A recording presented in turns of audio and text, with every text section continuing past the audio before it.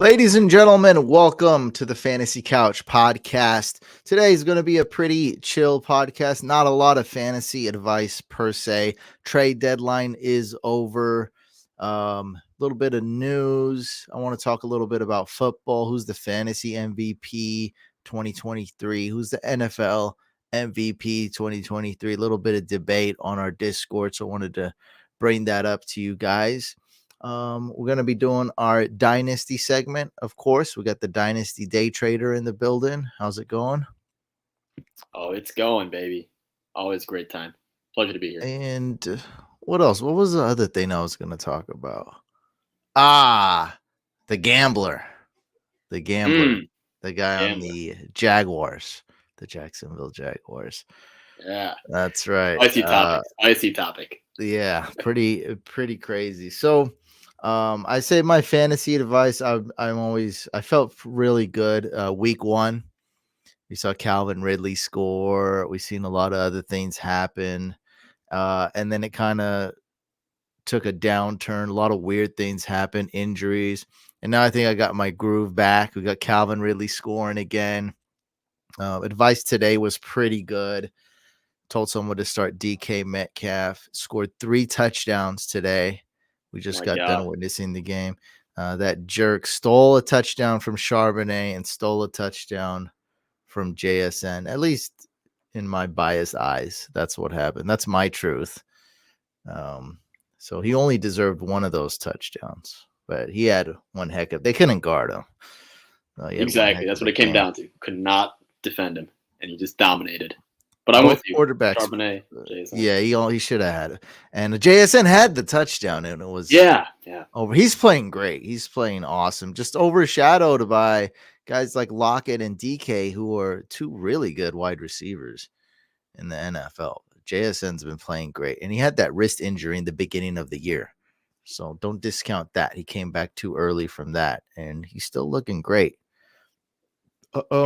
Yeah, we just got done watching the game. 2 quarterbacks played well. Dak Prescott and CeeDee Lamb have been on fire. I love that. This is everybody right now. So we're live.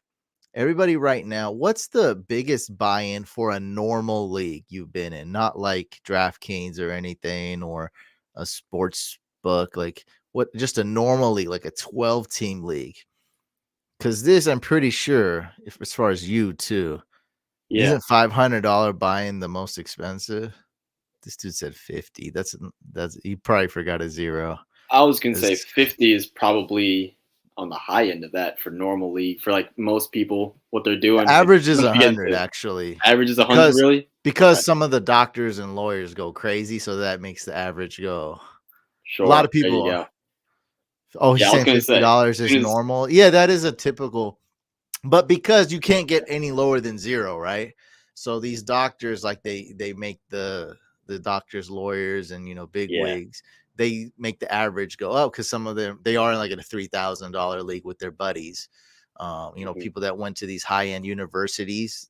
It's kind of typical that they play fantasy football as well. The college grads and whatnot, and all those guys are making so much money. So it's like 1,000 is nothing to them. And they don't enter just one league. They're entering multiple leagues, like 50, 60, some of them 70, are just in one league because they're so busy because they're doctors and lawyers. Sure, yeah. Yeah. And then there is some people who are like semi-pro or pro players. And yeah, those guys, some of them do play 50 to 100 leagues. Mostly it's more of the dynasty crowd that we're talking about. Yeah, right. Typically. And that's where we talked a little bit about the scam podcast we did, the legendary scam podcast, where I brought up that one guy, I think like 70 dynasty leagues on Sleeper, joined with a burner account and traded with himself. So not good. There's a lot Drew, of money on the line here. Drew, this wasn't the question I asked, but he says 50 is typical, which I agree with. But what's the highest buy-in for a normal league? That's what I'm trying to say. Like I just want to make it clear, like a normal league, not like a tournament, not like it said your soul. What are you? Your soul? No, I wouldn't even do that. I'm not. I would say maybe 100. I'm thinking out loud here. That seems like a reasonable The amount. Like high league, for 100. a typical league. It's not crazy. About $100 maybe. Most, no. I'm talking about the most. No. I guess I'm not making it clear. What's the highest buy-in in a league you put in? The most expensive league. I just wanted to. Oh, I'm not talking I about see. like Okay, DraftKings or a sports book got or it. drafters or underdog or when you enter 100 times or if you ever did anything crazy. I'm just talking about a normal league with 10 or like a 12-team league, dynasty redraft on a site like Sleeper or Yahoo or ESPN. What's the biggest buy-in? Okay, there we go. 500. There we go. All right.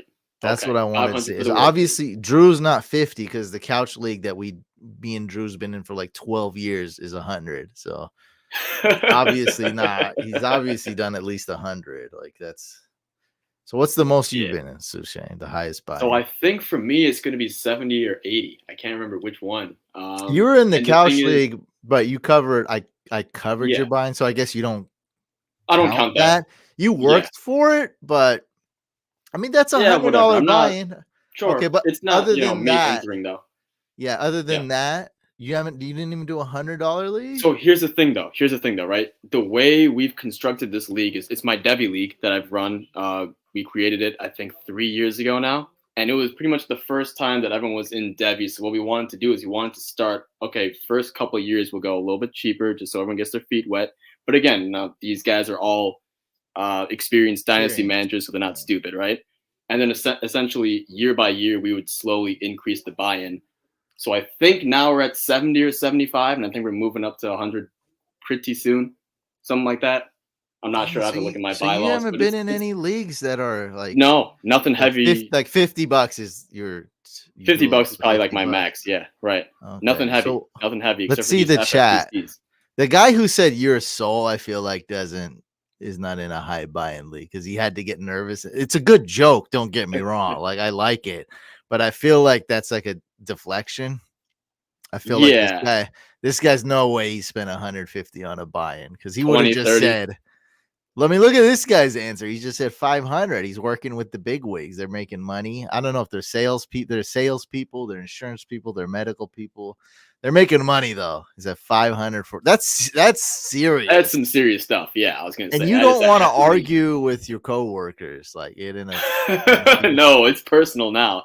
I always With that say money on the line, ooh, anything over 100 could start to get serious. So that's yeah, why I keep the couch league at 100 because it's not like it doesn't seem too big for me, but like I think everyone like has fun and doesn't like there's less arguing and stuff because it's only $100 and so no one's gonna like do anything crazy and it's been pretty good.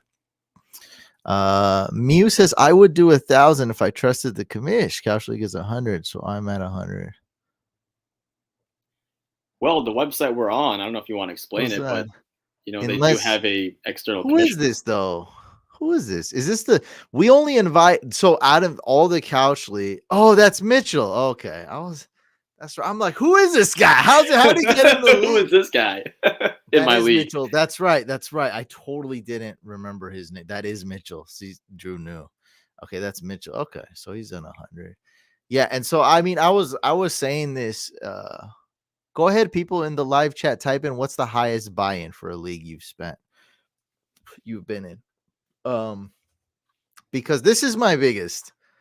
It's a $500 league, and yeah, we all drafted it together in Discord. 10 of us. Pretty intense, but it was real money, my real money.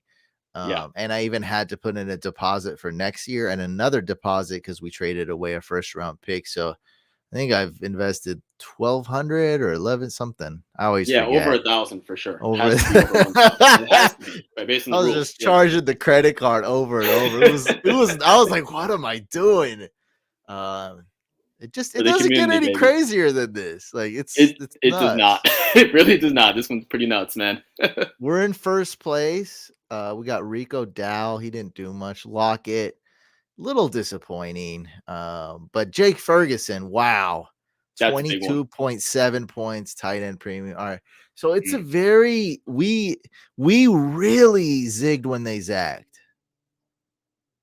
We Is really that is right? that the saying zag zig? I get them. Whatever, Yeah, doesn't matter. We zigzag. zigged when they zagged. It doesn't matter what it is, or we zagged when they zig. No, we zigged when they zag, Hmm. because I was just looking at this the other day. I don't think anybody saw. I posted in Discord. I got no reactions. I spent almost all of our FAB except $1 yesterday That's news to me. Yeah, I did not see that notification at on all. Zach Moss, Whoa, he was and we available? got him. Oh my god. I don't know what Yo. happened. So we got, and I spent a lot on Chikakonkwo, 200, and we would have lost the bid, which is crazy. So the next bid was 180 on Zach Moss, and it was like 220 on Chikakonkwo. Wow. But nobody bid on Zach Moss, and we're gonna get into that. Actually, that's gonna transition to the next segment. We are in first place and a decent lead. A decent lead. I mean, I'm not gonna get complacent.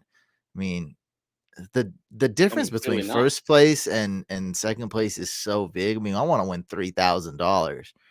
So we are about, let's just say, about 80 points ahead of second place, which is great. And second and third are really close though. Third place is our arch Yeah. rival. He was in one of those reality shows where you lose weight. Name is the best diet. The best diet. Yep. Nice. Crazy dude. He was such a jerk. Remember he held our guys hostage, like Stephon Diggs Yeah, and and then sniped whatnot. us like 4 times. I remember that. Yeah. Terrible. So yeah, I'm not really trying. I'm not one of those guys who just wants to talk about my league. But a lot of people ask me about my leagues and this and that. And this one is the most epic. $500 buy-in.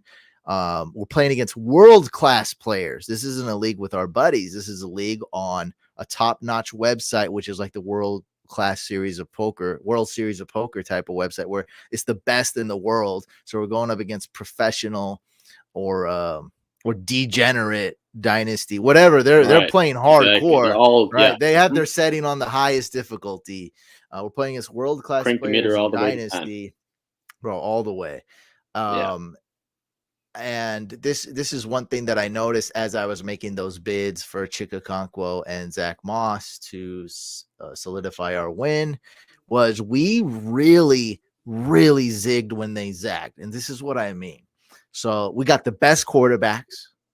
Yep. We have Yeah. an amazing RB room. Maybe not the best, but Yeah. it's great. And we have the best tight ends. So just to sum it up, we got the best quarterbacks, best running backs, best tight ends. We got guys like Lamar and Josh Allen, both top 3. They go nuts. Baker as our QB3. We got Travis Kelce as tight end, Jake Ferguson as tight end, Dalton Schultz at tight end, and some more depth as well. It's loaded, man. It's a loaded roster. And it's best ball, by the way. So we get the Best automatic, ball dynasty tight end premium, yeah.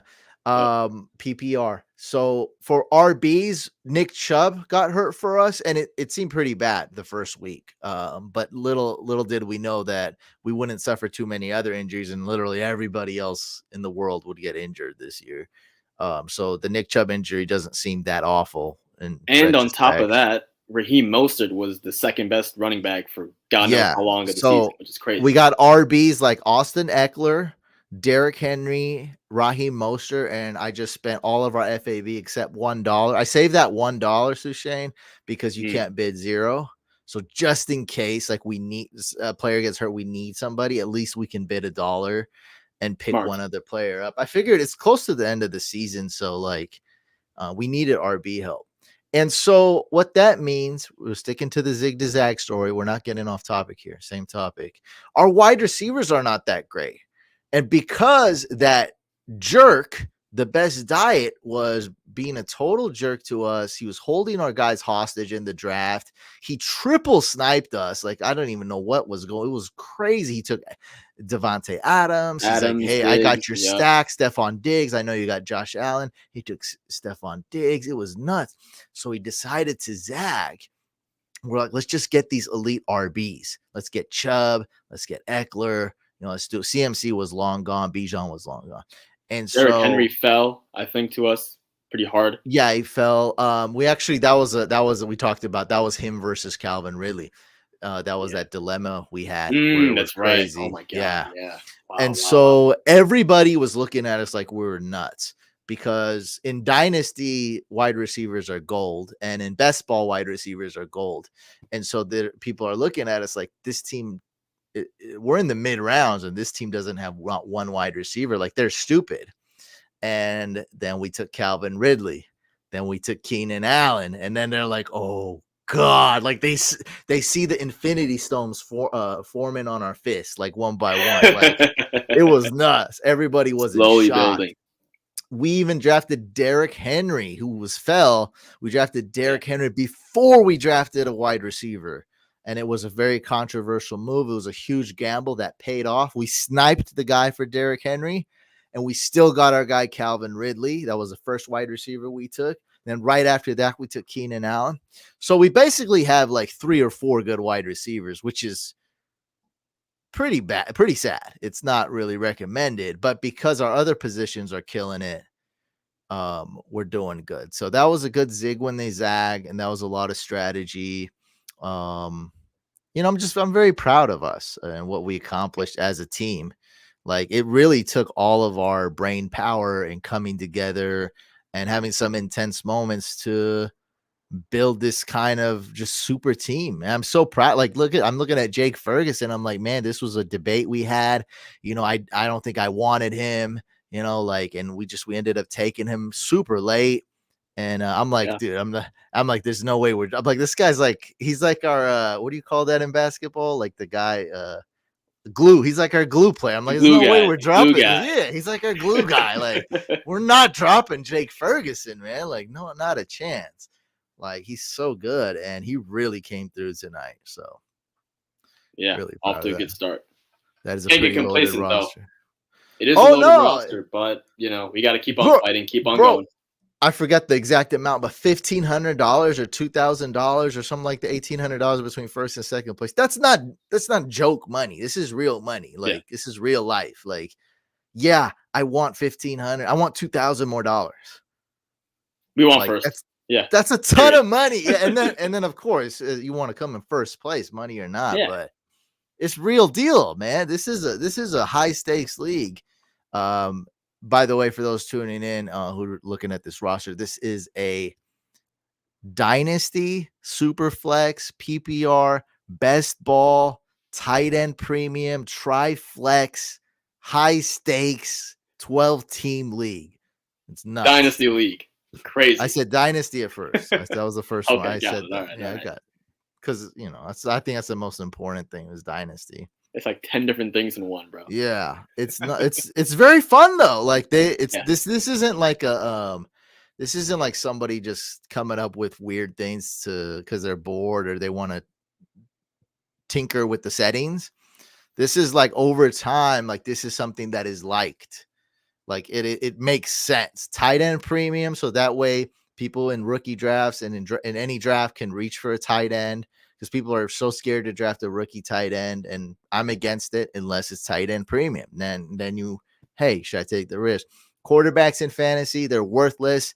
Make it super flex, dynasty. All of a sudden, it's the most important position. The first 7 players drafted were quarterbacks. All see it, and then Justin Jefferson went 8 or 9, I think overall. He was the first non-QB taken. And then I think Bijan went 12, 11 or something like that. Somewhere around there. Anthony Richardson went 12. Pretty sure Chase went around there too, like 10 something. Yeah, so just like those top 3 but the first 7 all quarterbacks. Running backs get disrespected. Oh yeah, man, we're gunning for first place. Like we're really trying to do that. Someone's getting a lawnmower. Yeah, so I am going to give a portion of it to the 10 people that did participate. We're talking about getting Bob a lawnmower. Hey, it's gonna be up to you guys what you guys want to do with your portion. So we can get him one of those automatic lawnmowers. You can maybe take some video of him mowing the lawn. Get those allergies out of his system. Oh yeah.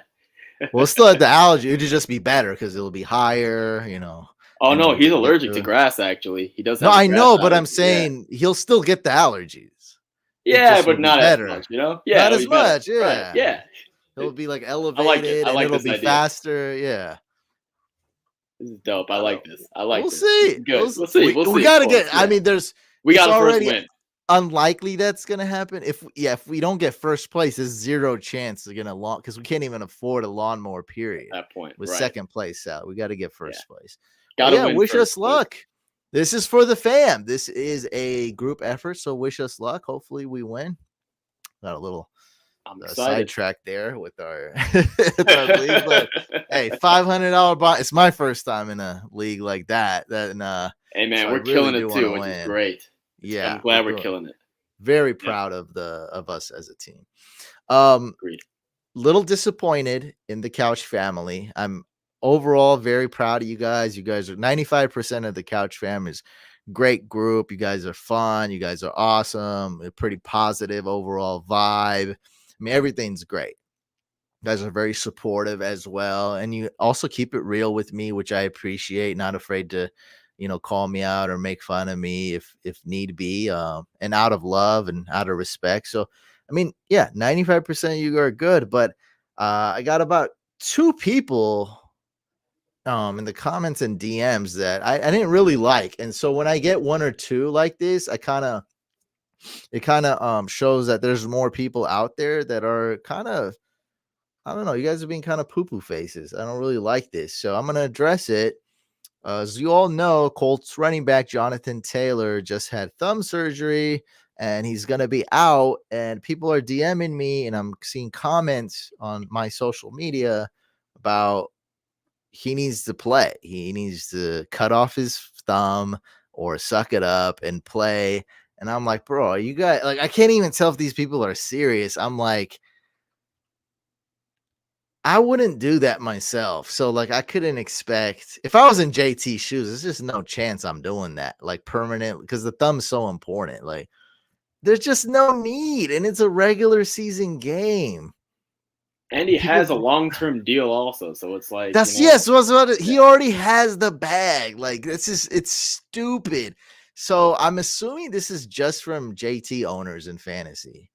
Like I don't see anybody else. And people brought up Ronnie Lott to me.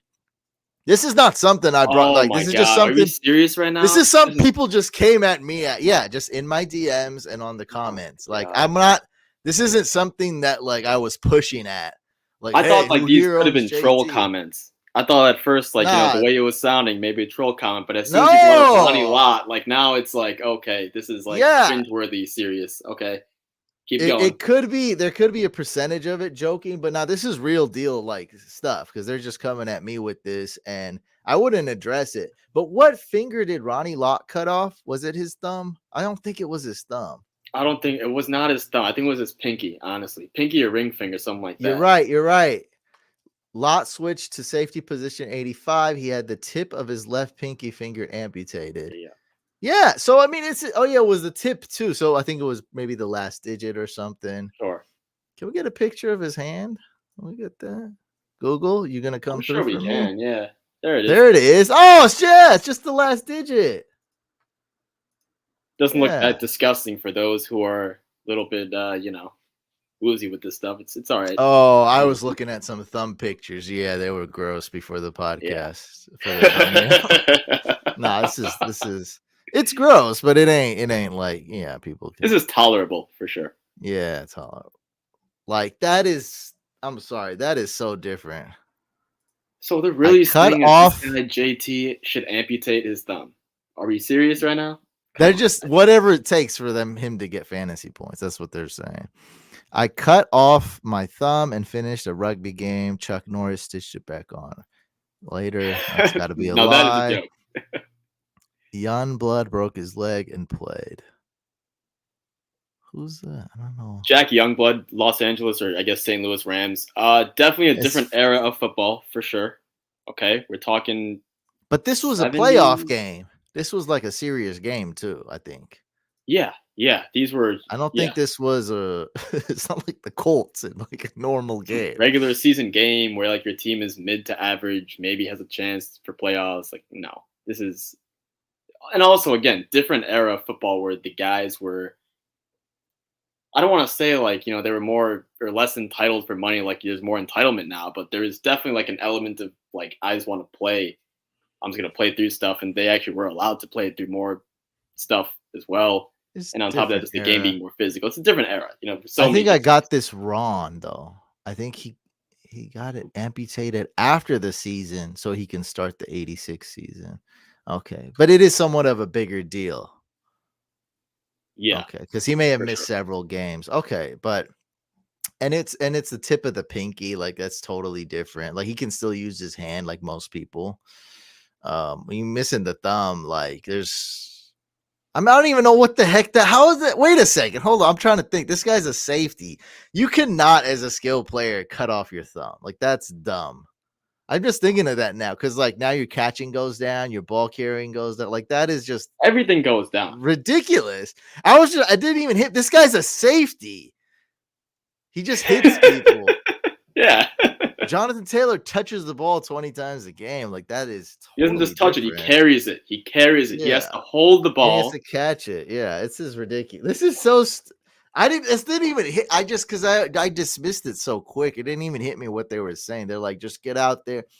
Anyway, you guys Terrible did argument. disappoint That's me a crazy, little bro. bit. You Crazy. guys I'm disappointed me bamboozled. a little bit. Like I just had to express myself. I'm not trying to blow this up, but look, Sushane here is just shocked at what he's hearing. But I it's am. I thought it was a I troll just too had at to first. address it like what is going and yeah, on top like so I said like look, if this was basically I had to play in JT's shoes, so it definitely had to be a different era, I guess. But like if I had if like I was on the verge of like being homeless or my family may have really suffered or may not have been able to put food on the table and I for some reason had to play, I might amputate it. Like I might go, but the dude has like 25 million in cash just chill. He does not need. He could just retire right now. He doesn't need to do anything. Take it Like it's slow, my friend. ridiculous. I don't Yeah, know. and then I'm shocked. You're right. That is the perfect word. I'm just totally stunned, shocked, bamboozled, flabbergasted at what I can't believe that's real. I'm sorry. yeah. I just can't believe Oh, that's an actual oh, real thing. just to address this question, it was pretty important. So that league, by the way, again, it's on a website called FFPC. It's like run. They have a whole crew, a whole like referees, commissioners. You know, it's a legitimate organization that's watching every league, monitoring it. So every like you can't like get over easily.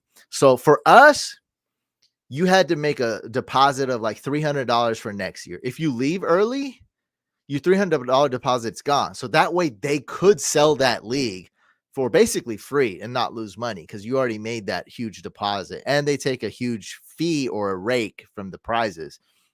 So you got to make a deposit.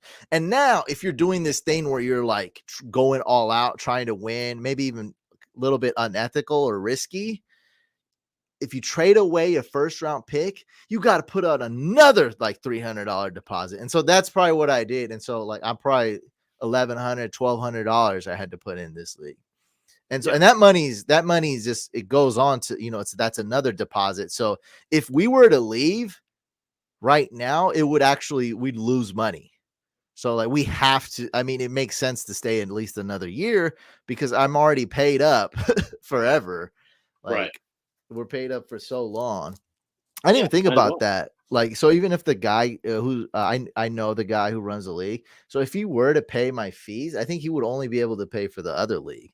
Can even do, or maybe not even because we traded our first round pick. So I don't even. Oh I think yeah. we're all paid up. I don't know. We'll see. But I had to pay everything. So they had leagues like that. That's how they're run. And there's also a site. It's like basically all orphan teams. You can go. It looks like eBay or something. It Yeah. shows all the orphan teams and they auction them off. Yeah. And And they so, go quick for sure. yeah, people are on it because it's like, oh, it's a $70 deal. Like people love buying orphan leagues. Yeah. It's a 2-year plan. That'd be It's a great if 2 year, we baby. back All to right. back. Yeah. Going back to the JT convo. Yeah, you guys disappointed me a little bit, but let's talk about the JT situation as far as news. So, dude, I've heard everything. I can't look into this anymore because my head's gonna explode. But let me just tell you, like things I've heard. I don't know where the truth is. I mean, I just kind of give up to a point where I know I'm not going to get anywhere. So my time is valuable. Like I'm not going to find the right answer. But let me just tell you everything I've heard. So I've heard that Jim Irsay is saying that this is going to take 2 weeks for him to return. Most reports are saying 2 to 3 weeks. Some reports are saying the Colts are hopeful that JT will come back in 2 weeks. Another report saying 2 to 3 weeks. They're hopeful he'll come back in 2 to 3 weeks. Somebody else tweeted that he's going to miss at least 1 to 2 weeks. The 2 doctors I trust on Instagram, they're both skeptical and saying that this could be 4 to 5 week absence, which would take him out for the entire season. So who knows what's happening? All we know is he's going to miss this week, and I'd be shocked if he doesn't miss at least another week. And I think I finally solved it. I think that's why we got Zach Moss, because people don't have they don't have the opportunity to talk to as many people as I do. I think everybody in our league thinks he's going to be out 2 weeks. They don't know that JT could miss the whole season. Right. Because I saw that same report, and obviously you've seen a couple in one league, and I've made another move in another. So I'm trying to win now, right?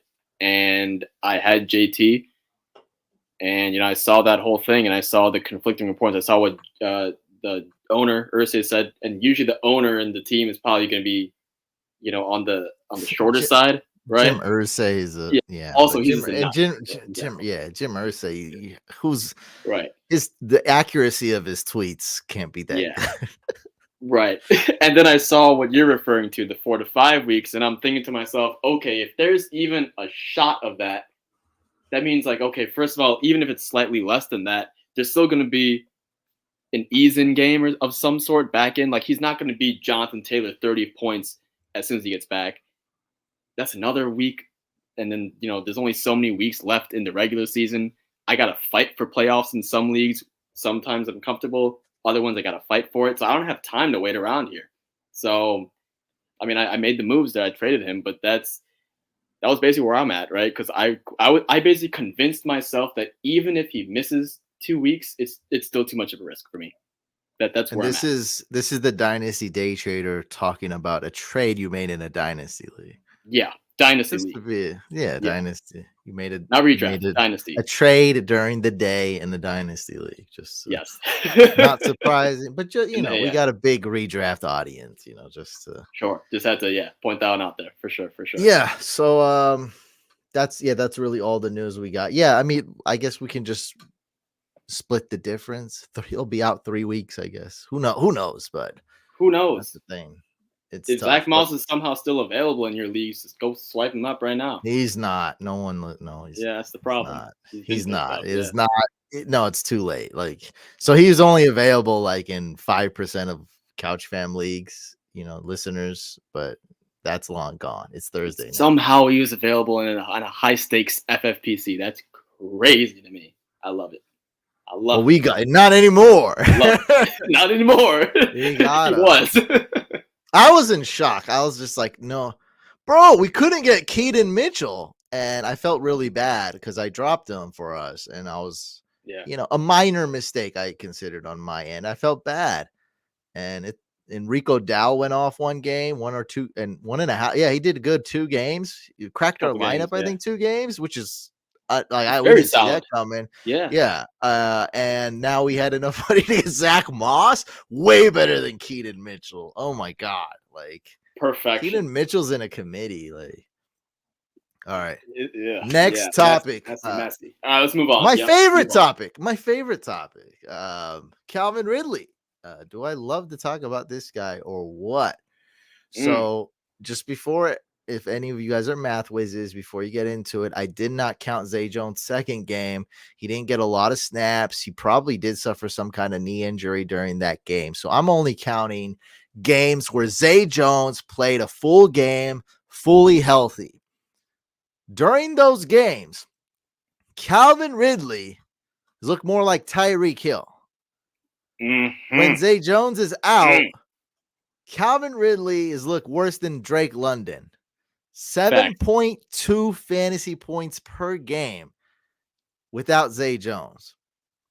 with Zay Jones fully healthy, playing a full game, 24.4 fantasy points. Ladies and gentlemen, that would be good Wow. enough for the wide receiver 2 in fantasy. He would be better than Keenan Allen because Wow. Tyreek Hill has 25.5 points per game. He'd be right behind Tyreek Hill, which is just Calvin freaking Ridley, baby. That top 5 crazy. upside is there with Zay Yes. Jones. So I know some reasons why this is, and I've heard of reasons, but just flat out, it doesn't really make sense. I mean, I have some reasons as a Coach Sush. What are your Yeah. thoughts, or does this not make any sense either to you? I mean, the only thought that I could put into my head is that, Zay Jones probably commands some sort of coverage on him that, whatever other receiver that was inserted for him probably just isn't talented enough. Like I'm not saying they're going to leave him wide open, right? But, there's definitely in the NFL, you kind of work one play into 3 different phases. And, phase 2 or phase 3 of a play, you could probably just, lighten the load on what you're having to cover, a weaker receiver as compared to Zay Jones, who's a legitimate threat to make plays. And that somehow has opened up the door for Calvin Ridley. I don't know if it's like a spacing thing. Is Zay Jones like operating as a deep threat? I haven't watched enough Jaguars to say if Zay Jones is operating as like a deep threat to open himself up for Calvin He plays Ridley. on the outside. I know that, and we know he Okay. is a deep threat type of wide receiver. So I mean, maybe that's the key. Stretch the field vertically, have the safeties play back, open up the field for Calvin Ridley a little bit. That's the only conclusion that I could think of from like an X's and O's point of view. Other than that, I'm with you. It would make no freaking sense at all. Like there's nothing.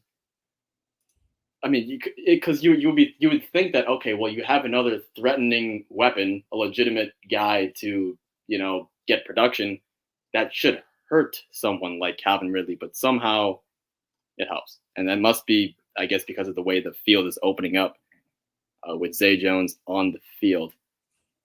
Yeah, you're right though. I see that now.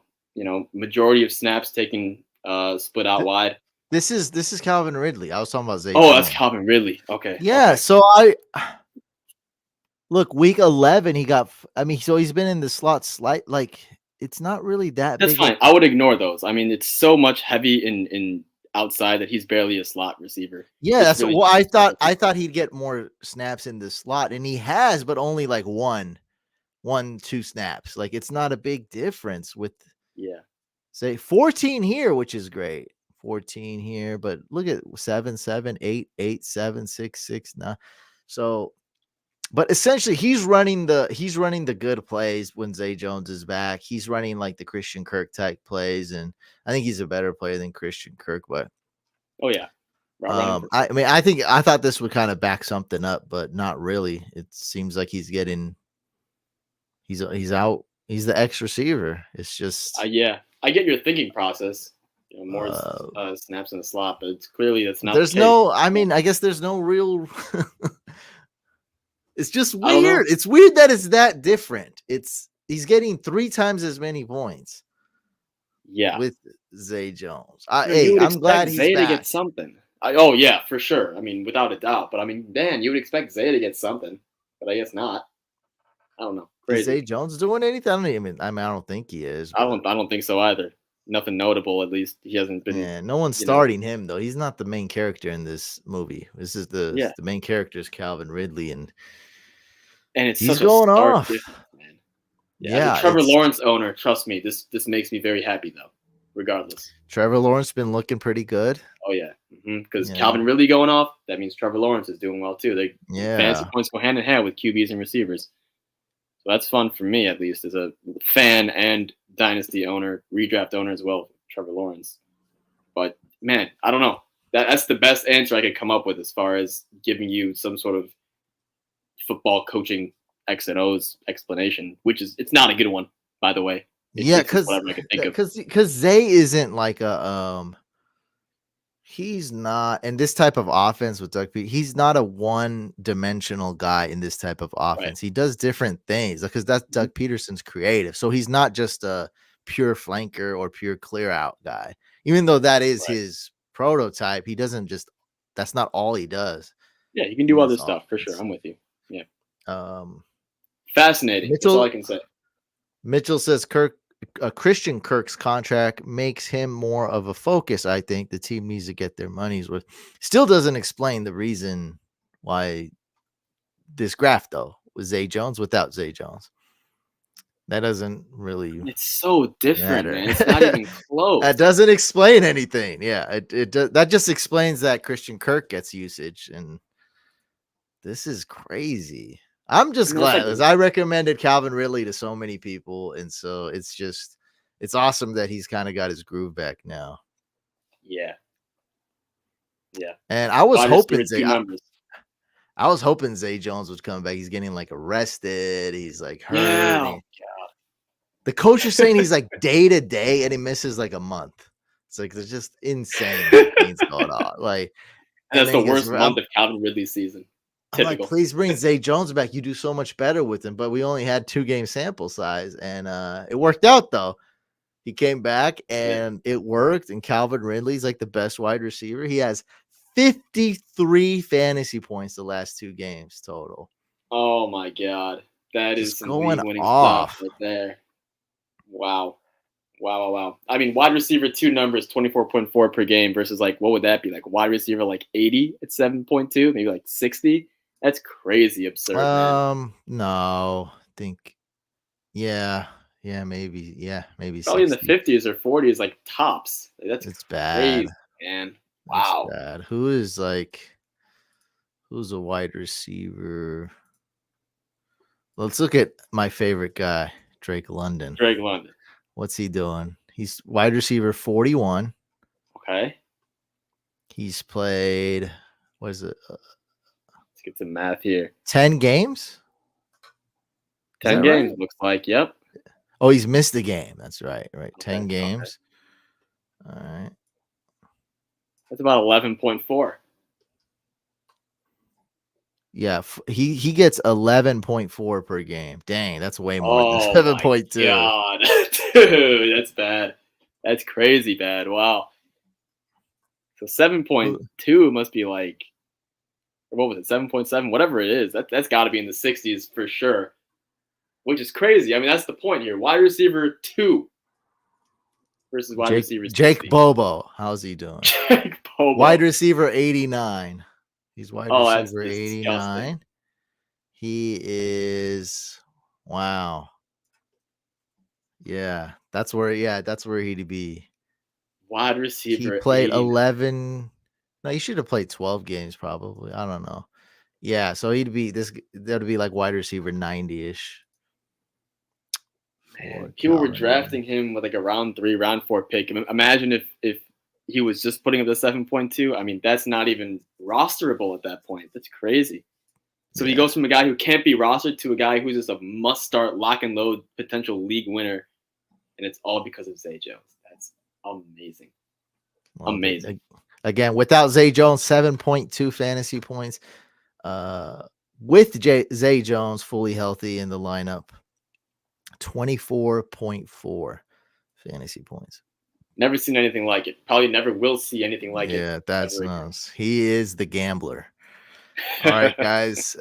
Pretty controversial thing here because we've had such a messy season. You know who my prototypical MVP guy is? Like the guy I look at and I'm like, this guy looks like my MVP. He looks like he should win, but he just can't this year because of a lot of losses and a lot of mistakes. It's Josh Allen. He just has everything. He's got the leadership. He puts the team on his shoulder. He has the strongest arm I've ever seen in my life. I've never seen anybody with a stronger arm in my life. That's nuts. He's huge. He looks goofy, but he's an amazing athlete. Nobody can tackle him.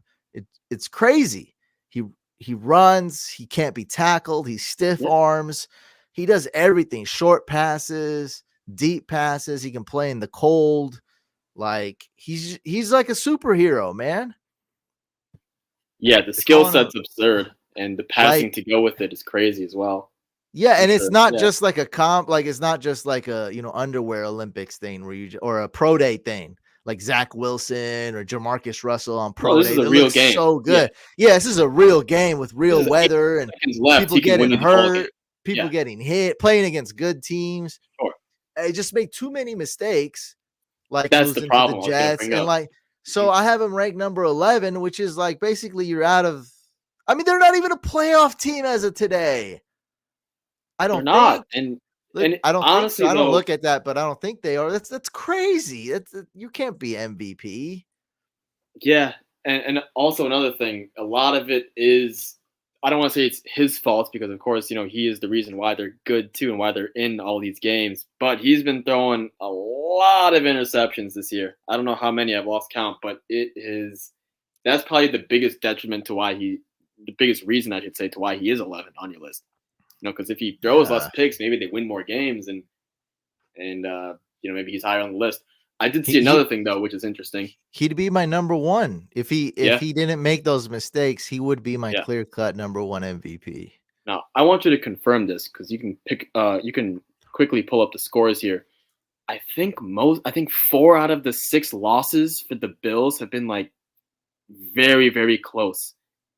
Like we're talking like pretty much blown leads. Like they had that first game with the Jets where like everyone's thinking they're gonna win and the Jets upset They them. lost in overtime. They lost in overtime. It's Yep. got to be. They lost another one in overtime, so There you go that's then, another right. close game. So No, so they're you a give great those team. He games, does great. He's like the best. He's the best quarterback in fantasy. So like, I mean, yeah, I don't see how you wouldn't be right. Like yeah. they kill it every game. So picture 13 that like INTs. Oh my god. that's And he that's the kicker. and he threw 3 to the same guy in the Jets game week 1, which is Yeah, not good, not good. stupid. And I was telling you that's one of the reasons why the OC Yeah, gets fired because the OC's the yeah. one going aggressive. He's trying to one up Kyle Shanahan in the Falcon Super Bowl is what he's trying to do. Like, what are you, an idiot? Did you not watch the Super Bowl? Because that was the most epic disaster ever. Yeah, complete Nobody meltdown. could top it, and they're like, all right, let's throw it deep. Like, no, let's just run the ball or just kneel, just take a knee and punt. You'll win the game. You're playing against Zach Wilson. Like, it's a dub. Nah, throw Nope. it deep. Throw it deep. Give him No, momentum. let's not throw it deep. That's God, stupid. I'm with you. It's freaking annoying, But bro. can you imagine going on the play sheet and being like, all right, guys, we're gonna call it shot play. Like, what? We can win the game. Hand the ball off. Like, what are you? Just run. Hey, That's all you man. got to do is hand the ball to a running back. That's it. Decisions like those are how you start to lose your locker room as an offensive coordinator, head coach, whatever it is. Or So lose your job. That's lose your exactly what job. happened Yeah, to the right, Dorsey. Dude, that right. was so. But you see, after they fired him, like they're more balanced. They're using this Yeah, guy, James Cook, Ty Johnson.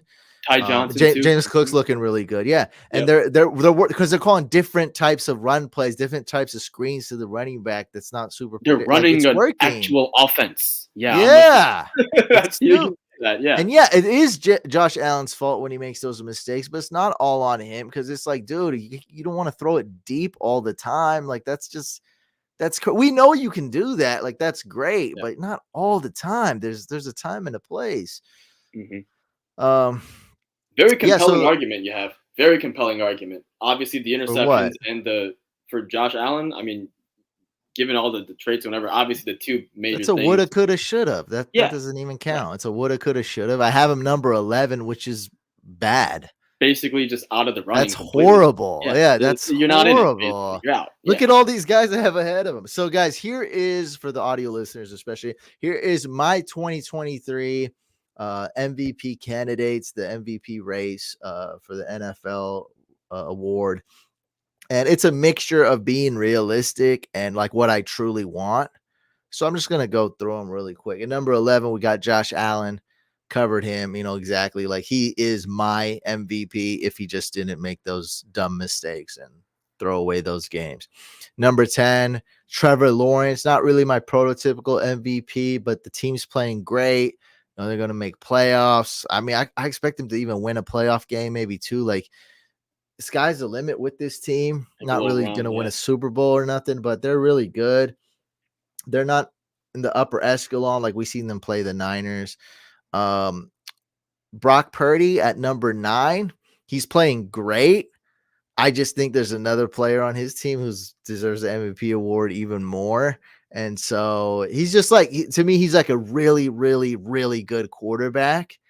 Just not quite like MVP set, just not elite, not in that like top notch category where I'm like, oh my God, it's Brock Purdy. Number 8, we got CJ Stroud. They should just give him the offensive rookie of the year right now. Boom, take it. Don't really see him winning the MVP. I think it's a little bit of a stretch, but offensive rookie. Who else would win offensive rookie of the year? Like, who's number 2? Could it be Oh Tank man, Dell, Zay Flowers, maybe Puka, but I don't know how he's been. Puka? Puka's Yeah, declined a lot. kind of a little bit. Yeah, right. Bijan is not. No, He's not even no, top 3, dog. Gibbs is ahead of Bijan probably. easily. Right, right. Yeah. It's CJ Stroud running away with it, honestly. Yeah. Best rookie quarterback we've ever seen. Yeah. Number 7, we got Patrick Mahomes having a down year a little bit, but he's not playing horrible, but his wide receivers suck, and it's really affecting him. Lamar Jackson, similar to Josh Allen. He's a superhero. He's amazing. I like the new OC. I like Monken. I like what's going on there. Mhm. But he's made some dumb mistakes. He lost to the Browns, and it was another game. I'm like, just these. He looks like Daniel Jones sometimes, and that Ugh, I don't want yeah, to. I'm a huge Lamar Jackson fan, but you look like Daniel Jones, like on like 4 or 5 drives, 6 drives this year. That's horrible. Daniel not good. Jones, not MVP. And he looks like Daniel Jones, as in like he's totally oblivious Deer in to the headlights. pass Yep. rush, and he doesn't even know the pass, and he just fumbles it, and he Yeah. does it several times, and he throws a couple dumb picks, and it's like, Josh Allen, but not as many dumb mistakes. But still, that's why. Now we got Dak Prescott, who is just on fire. I think I might even have to move him up. I think we're gonna have to move this guy up because I was gonna move him down if he lost today, but he played a great game today. Him and CeeDee Lamb are killing it. On top of that, he gets Brandon Cooks involved, Jake Ferguson, elevates Tony Pollard, because if you're running back on a great team, it's just the way it goes. So we got Dak Prescott at 5. I think the argument, if anyone's going to argue anything, it would be to move him up. I don't think you can move him down from 5 at all. I think 5 is, Yeah. I think he may have to go up, especially The after slow today. start to the season hurts him a little bit, but Yeah. recency bias, and then also there's still plenty of ball left where the games become more and more important as we get closer and closer to January. So those will matter more. I think Dak Prescott could definitely be on his way up for sure. I'm with you. He plays bad against good teams or 500 teams. So We'll see. Seahawks are above 500. So this was the first. I think this was the first time he's beat a above 500 team, which is big. That's Yeah. huge. And number 4, I got Tua. So I think I can move Dak ahead of Tua. Number 3, I have Christian McCaffrey. Now, there's not a chance he's going to win MVP. So this one's a bit unrealistic. It's impossible. It's not going to happen. But to me, when I see MVP, that's him. He puts the team on his back. He's one of the best running backs of all time. Yeah. I think it could be the best running back the last 20 years of football. So the Ooh. only guy that comes close to me would be Adrian Peterson. Adrian Peterson. Yep. I can't think of another name. He's way better than Le'Veon Bell. If Le'Veon Bell was way faster, that's how Christian McCaffrey would be. He's better than. How long ago was the Chargers LT? LT, yeah, LaDainian there you go. Tomlinson. And he's very similar players. Yeah. LT. LT would be up there. Yeah, LT, yeah, for sure. I mean, but we're talking about all-time greats. That's the company he's in. Bottom line. LT, Adrian P, and of course, from before the last 20 years, got Barry Sanders, Sweetness, Jim Brown. But he's a Hall of Famer, right? And I think he's better than AP. That's a good argument if you like AP more than Christian McCaffrey. We got OJ Simpson here. Yeah, OJ Simpson, top 10 running back of all time.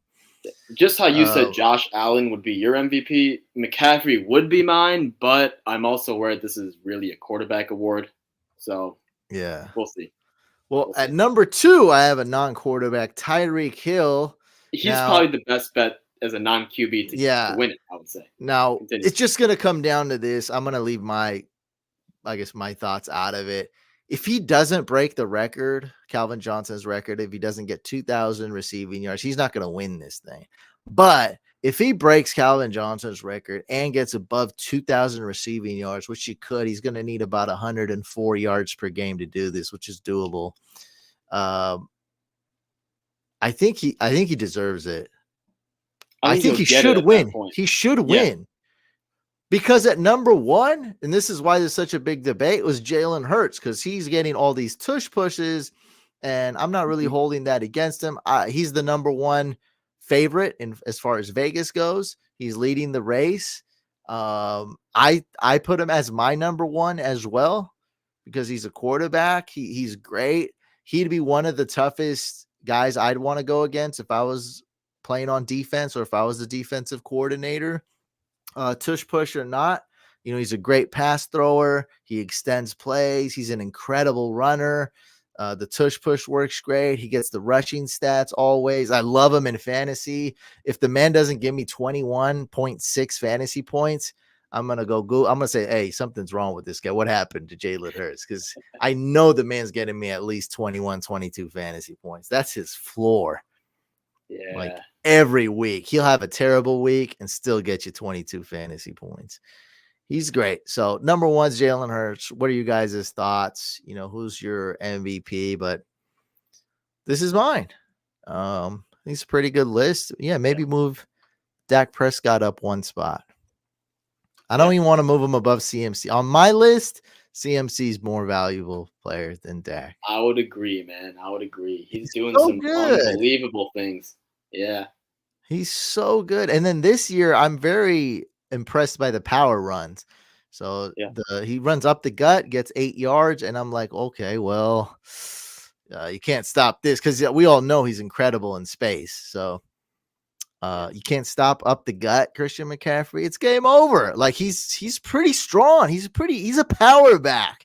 He's not like the most powerful back. He's not like Derrick Henry or anything, but even as a quick like return guy, in space guy, to be a really good power back as well. I'm very could be that muscle he put on. He put on a little bit of muscle. Oh yeah. Okay. He put on. It was 2 years ago. I He didn't did that realize. while he was still on the Panthers. Yeah, I put on 10, 15 pounds of muscle. And I think he's been working on that. Like it just didn't come all of a sudden. He's a really good power running back. I'm like, okay, well, game over. GG after you got that in your bag too. See, I'll tell you one thing, right? You mentioned a point earlier about Tony Pollard, how like he's been kind of propped up a little bit because that's the nature of our running backs on good offenses. They get propped up. The fact that Christian McCaffrey was incredibly dominant in Carolina and now is on, I would argue, a much better offense, not just a better offense, but a much better offense, given all the weapons around him. And he's still equally dominant. That just tells you how good he is. Like, he's so good. It doesn't matter where he is. He's not going to get further elevated because there's no other higher place to go to. He's already just crushed it, which is amazing to me. Just wanted to throw that in there. Christian McCaffrey.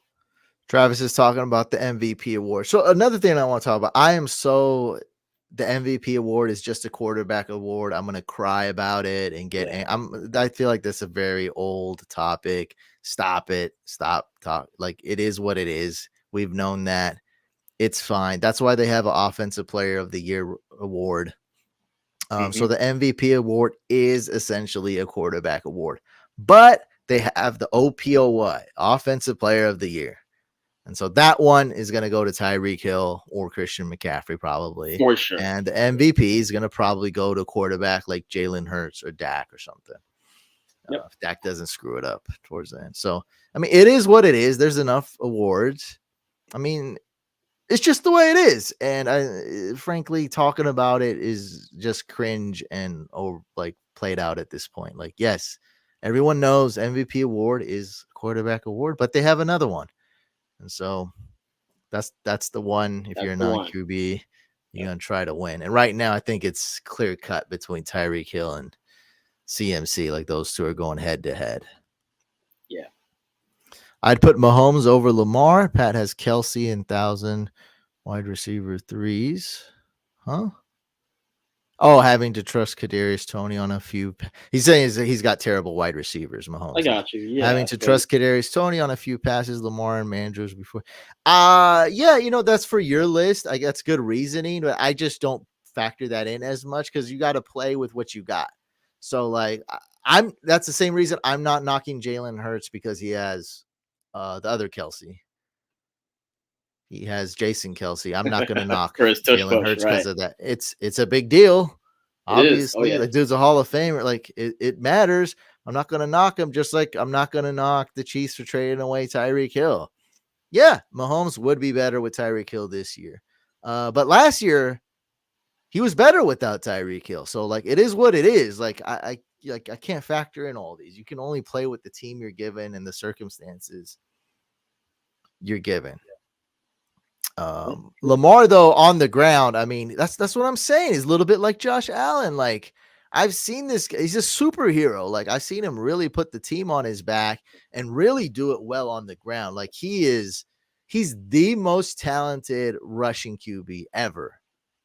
So Mike Vick said Lamar's better than me. So it's hard to argue with that one. All right. So for those who anybody was going to bring up Vic said Lamar's better. Like he's the best. He's amazing, dude. Like he's great. Yeah. Just him doing what he does, even if he doesn't do it well, tires out the defense.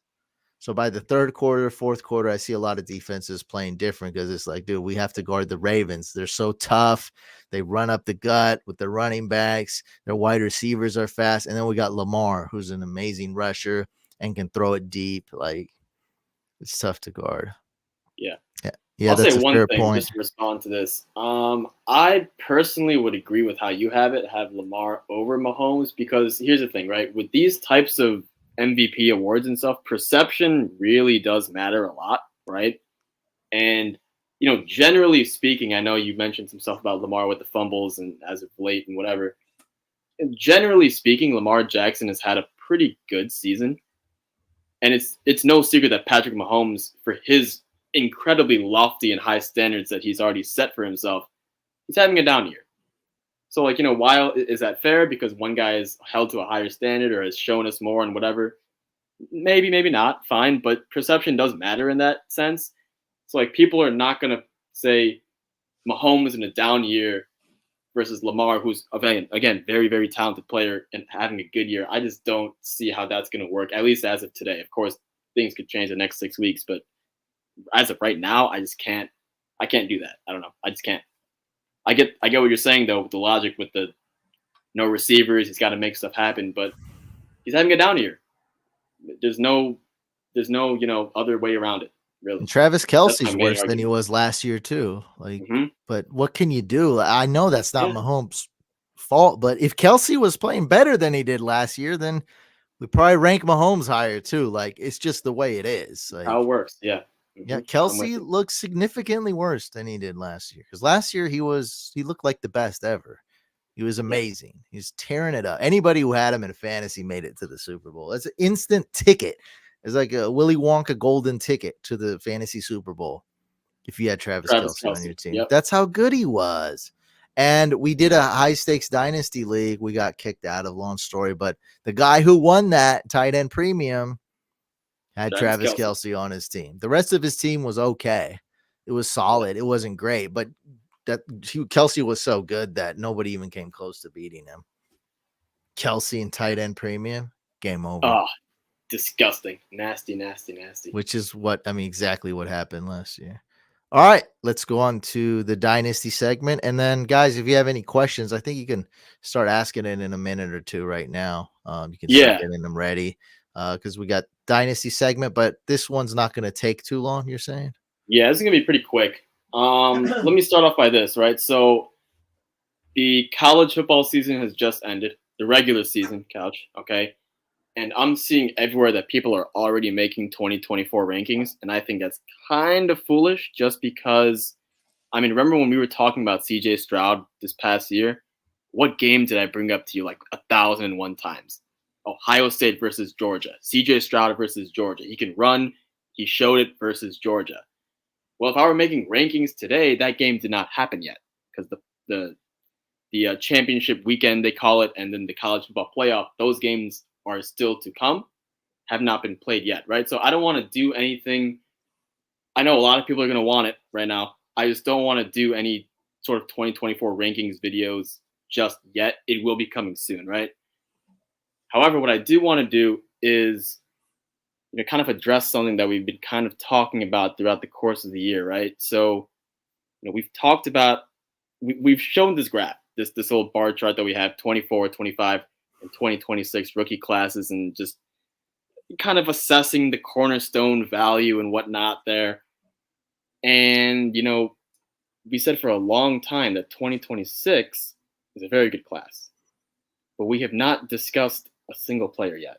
So I wanted to take a little bit of time today and at least kind of give you that first introduction, if you will, right? We talked about the quarterbacks that are coming out next year. The ones we talked about are Caleb Williams and Drake May. Caleb Williams we compared to Patrick Mahomes. Drake May we compared to a couple quarterbacks, Trevor Lawrence and Justin Herbert. Both of those podcasts you can find on the channel Fantasy Couch Podcast, and you can watch them for your own leisure. We also went a couple years down the road and we said, hey, who could be the potential QB1 in 2025?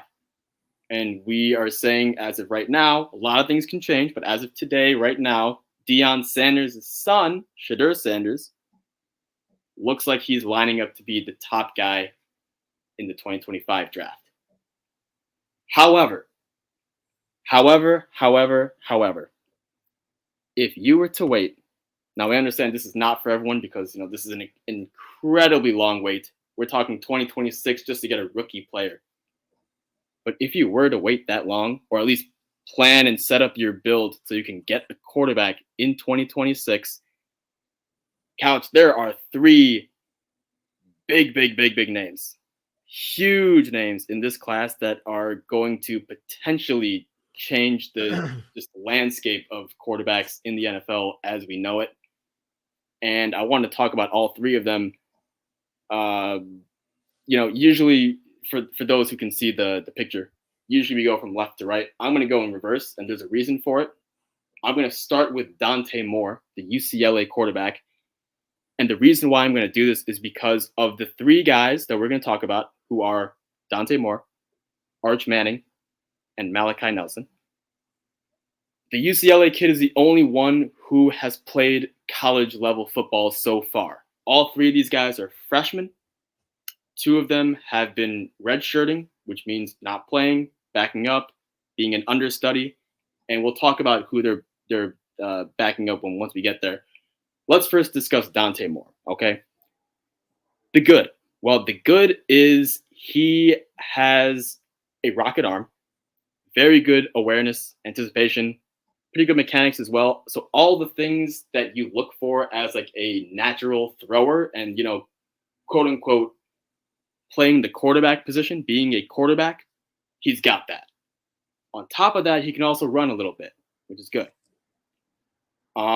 As far as a high schooler goes, because that's for now most of what we know, he was notorious, or I guess I don't want to say notorious because that's more of a negative connotation. He was pretty well known for elevating his own game in big moments. That's something we love to see, that clutch factor, that ability to, when the pressure is on the highest, you don't get worse. You don't even stay the same. You get better. There's a lot of promise here with Dante Moore, but there's also a lot of problems, at least as of late. Okay, the biggest one here is that, so I told you he's the only one who's played football at the college level because UCLA decided, hey, we're going to have you start this year. Probably the worst decision UCLA could have made because it was way too early for Dante Moore to be just thrown into the fire. Couch, we talk all the time about rookie quarterbacks in the NFL. Obviously, CJ Stroud, exception to this rule. Generally speaking, rookie quarterbacks in the NFL, they take time. Peyton Manning, for example, most famous example of this. I think he threw the most interceptions. Was it of any quarterback in a single season, or was it of just that single season? Whatever it was, he threw an absolute insane amount of interceptions. And look what he's become, right? So it takes time to grow. And that's the same case, Couch, when you go from high school to college. It's the same thing. So what they realized was, maybe we put in Dante Moore a little bit too early, and the kid did not respond well to it, did not play well. He got benched. It wasn't looking good. And as of 7 hours ago, and this is kind of how the trend is with these kids nowadays, a little bit of entitlement here with the NILs and whatever, he has entered the transfer portal. Okay. So is this life alert? No, because I still very much believe in the kid. And we have seen situations where guys like Joe Burrow, he gets beaten out by the job by some guy, and then he ends up being amazing, right? Same thing I'm thinking potentially could happen to Dante Moore, but he is clearly the third best quarterback of the three that we're talking about today. Let's move on to the most well-known. That would be Arch Manning. Arch Manning, a lot of you guys know, is going to be the nephew of Peyton and Eli Manning. Is this Cooper Manning's son? Correct. Cooper Manning has a son. That's the third Manning. It's Arch Manning. And he's the nephew of both Peyton and Eli. What is his skill set? They say he is Peyton Manning, but he is more athletic, stronger, more fit, more jacked, and more mobile, and straight up faster. He can run. So imagine Peyton Manning with mobility. That is a intimidating picture if you're playing against Arch Manning, for sure. So the upside is there, absolutely. And again, to my point earlier about how UCLA, quote unquote, failed Dante Moore by putting him in too early, Texas and Arch Manning and his family kind of wanted this, actually. They redshirted Arch Manning in favor of a guy that we're going to be talking about a couple of years from now, Quinn Ewers. And Quinn Ewers is a very good quarterback. He's pretty good. He's probably going to rival Shadur Sanders in that class. But we're not talking about Quinn today. We're talking about Arch Manning. And the problem is that right now, Couch, he is in line to be the backup again next year. Okay? So what are my thoughts on this? Well, I've heard from whatever sources you can find online, whatever, who knows how legitimate they are. I've heard that Peyton Manning and Eli Manning are very warm to the idea of having him redshirt again to just work on the development, and he's learning behind a guy in Quinn Ewers who's pretty good, right? I have also heard, we're living in that new NIL day and age, I've also heard he might hit the transfer portal and leave Texas altogether. Why would he? Because he's not going to start next year. He doesn't have the same thoughts maybe as his uncles, because he wants to. Right. Possibly he wants to play, get it going and whatever. And again, I also don't know for sure if the uncles Peyton Manning and Eli Manning do think that. It's just been reported that it's just speculation. It just shocked me that they're not on the same page. That just shocked me, which we don't know what the page is, but that's why I asked that so first. Again, and I did. Great question though. Great question, but it's another kind of wait and see situation, but there's a lot of promise, right? So this is one of those things where it's like, regardless of where he goes, I feel like Arch Manning is going to do well. But the bottom line is, and this is going to segue into our final guy here, he is not the best guy in this class. I know he's the most well-known. I know everyone's going to be, Arch Manning. They're going to look at the last name and, it's going to be amazing. But Couch, far and away, the best guy in this class is the backup to Caleb Williams. His name is Malachi Nelson. And I've seen a lot of comparisons, but they all kind of lean to one thing, which is scary good. Scary, scary good. Imagine if Justin Fields could actually throw a football consistently all the time. That's Malachi Nelson. That's crazy. If he can hit that upside, and again, who is his coach? Lincoln Riley. Who has Lincoln Riley produced? Caleb Williams, Baker Mayfield, Kyler Murray. First overall, and Caleb Williams about to be first overall. If Malachi Nelson can develop the way I think he will with the USC head coach Lincoln Riley, QB guru, sky is the limit, and he would probably be the first overall pick superflex in these rookie drafts. And the bottom line is, the combination of these three quarterbacks here, man, it could really be an all-time quarterback class that we're looking at. And the best part is, Couch, there's a couple more players who they're not as good, they're not as highly touted, but there's a couple more quarterbacks in this class who could also kind of see their names rise in the process. So we could have as many as 4, maybe even 5 really good quarterback options in one class. In one class. That's absurd to me. I've never seen anything like it, so I'm a little bit nervous to say, 4 or 5 in one class because, it doesn't really happen. But, man, I think it could happen. And I think all 5 of them could be picked. That was supposedly 10. Baker's class. Supposedly, right? Baker, Josh Allen. Rosen. But it always winds up like they were all good prospects. Lamar Jackson rounded it out. Josh Allen and the Bills fans, when they drafted Josh Allen, all Bills fans they hated it. They were so sad. They were yelling. They were booing. Like 99% of Bills fans lost it. They're like, we wanted Josh Rosen.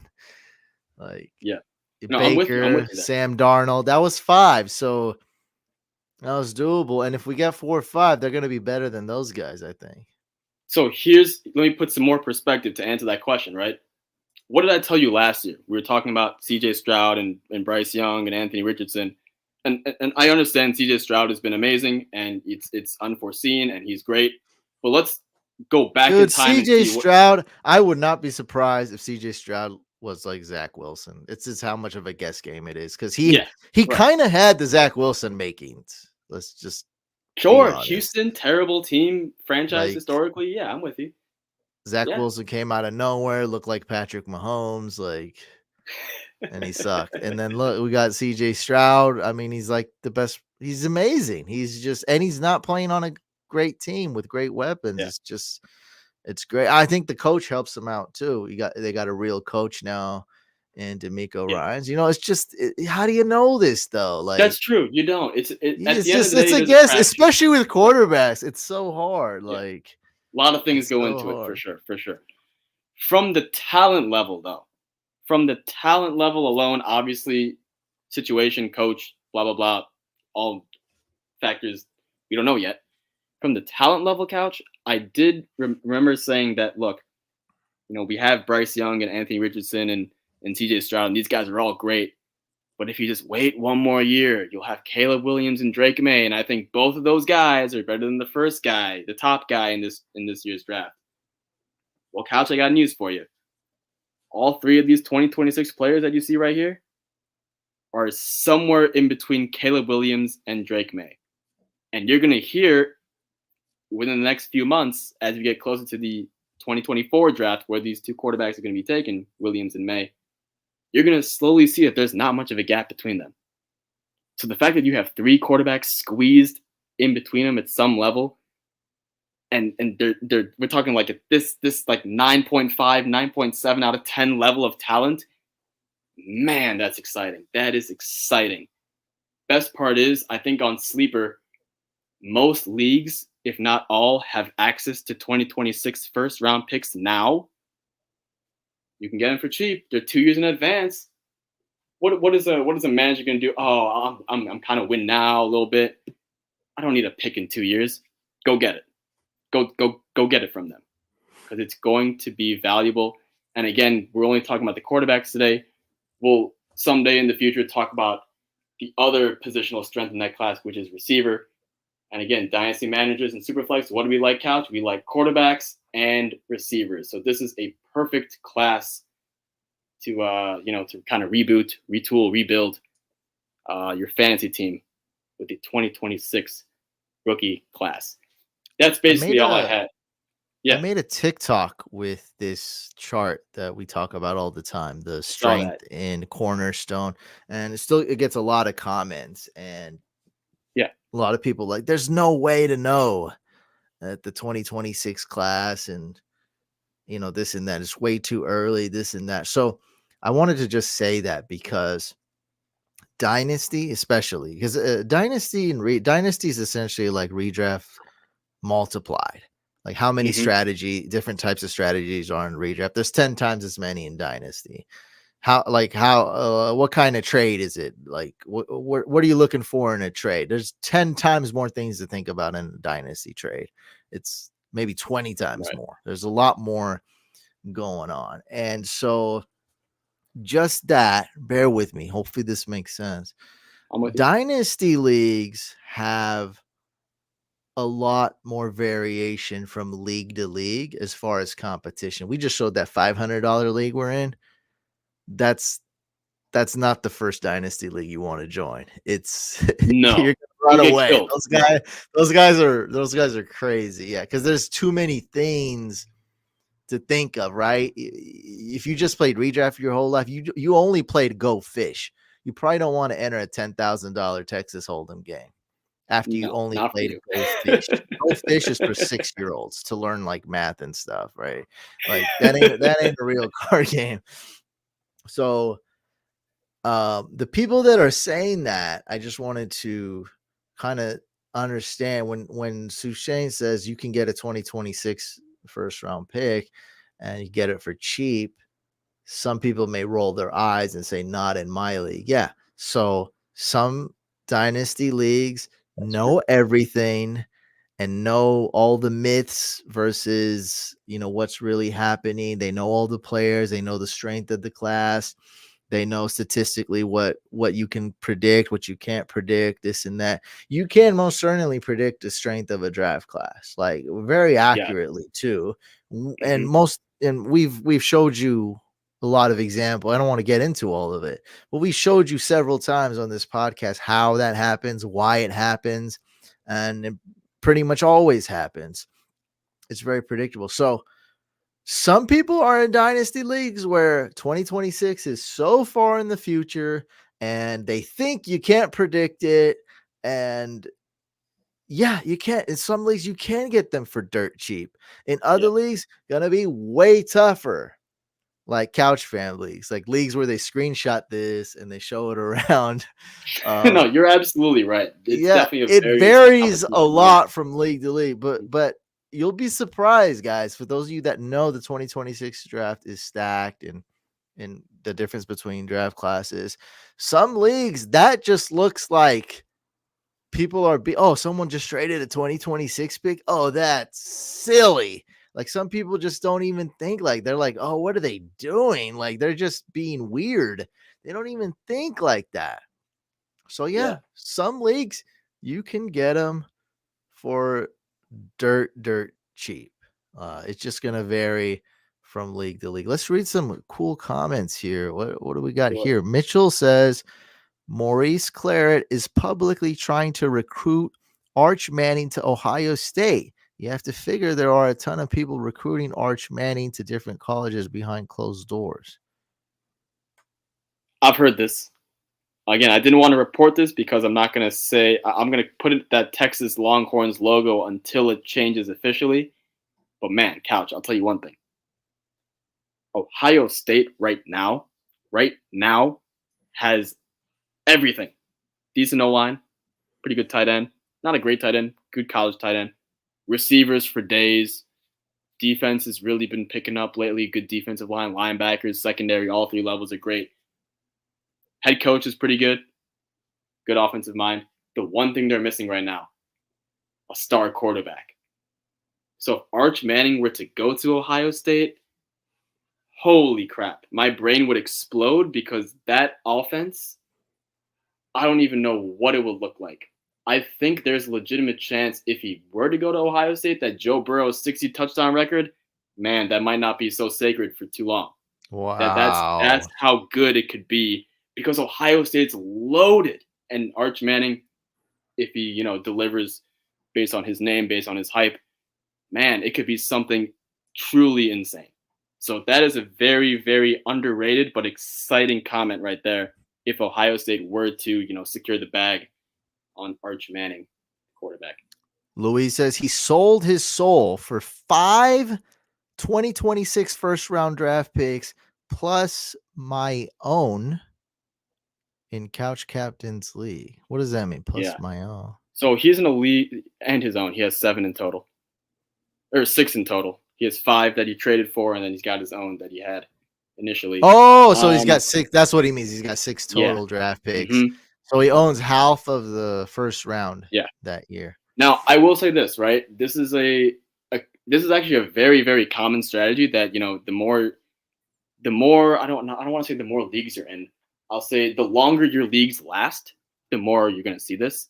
As soon as a team wins it all, they feel super inclined to rebuild because they just won. They got a little bit of extra money, if you will, based on their buy-in. What are you talking about? Did Louis just win or something? So he just won the league. Oh, okay. And he, in my opinion, I understand he was doing, 2026. He did get him for a good price. I think he may have jumped the gun a little bit because I'm looking at his roster. He does not have the proper roster construction for these. And that's going to really nip him in the butt later on. But he's got time to fix that, right? That's a totally different issue. I like where his head's at. I didn't know that. I never won a dynasty league, so I've come in second place, but I've never won one. So I don't know a lot of people are inclined to do that. Mm-hmm. Personally, I'm trying to set up my team so I can win, this year and next year and the following year, and then maybe, year 4 from now, I'd have to think about retooling or something. But with that, it takes time to get it going too. So you'll have to tank from the jump, wait, be patient a little bit. We're talking more of guys who are going win now from year 1 in the startup. Maybe they don't win the first year, but they do the second year, and they're like, all right, time to tear down. That's basically what Luis did, but he did do it in the proper way. He's not going for 2025 picks, which we've been telling you, weak class. Went for the stronger ones at a discount price, and it is it's a good start to a rebuild. So I'm proud of him for doing that. Good for him. Travis asks, how do you think Bo Nix will fare in the NFL? Well, who have we covered in the 2024 class so far? Not a whole lot of names. I'll review them all. Throughout the course of this regular season on the podcast, we have gone over Caleb Williams, Drake May, 2 quarterbacks, Marvin Harrison, the receiver, Brock Bowers, the tight end. And then we didn't really go over any running backs in particular, but we did kind of go over, I guess, kind of half the class, if you will, with more of a red flag saying, hey, the running back position is dying pretty much. We did not go over guys like Michael Penix, Bo Nix, Jaden Daniels, JJ McCarthy, and so on, because I wanted to reserve this in-season content for players who are surefire shots, okay? That's not to say that Bo Nix is worthless or is a bust or is not going to pan out in the NFL, but I do not have enough confidence to hype him up or talk about him today. I would rather do that once, more people are involved in the 2024 class. Let's call it January or February, something like that, because I don't think he's a surefire guy. I want to only talk about guys who I think are as close to surefire as surefire means in this day and age, right? Because obviously quarterback is a crapshoot at the end of the day, but got to do our best here, right? That's why it's easy to come up with this chart with the colors that show red is QB, green is RB. It's easy to come up with this chart. It's hard to say whether Baker Mayfield, Zach Wilson, and Sam Darnold are going to be good or bad. That's much harder. Yeah, much harder. But for sure. It's easier to predict. Look, there's going to be pretty good quarterbacks this draft class.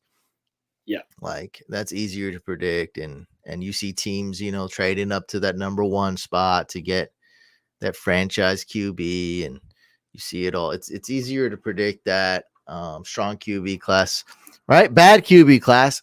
We successfully predicted that. Yep. We Kenny already Pickett. took the dub Sure. with Kenny Pickett, Malik Willis.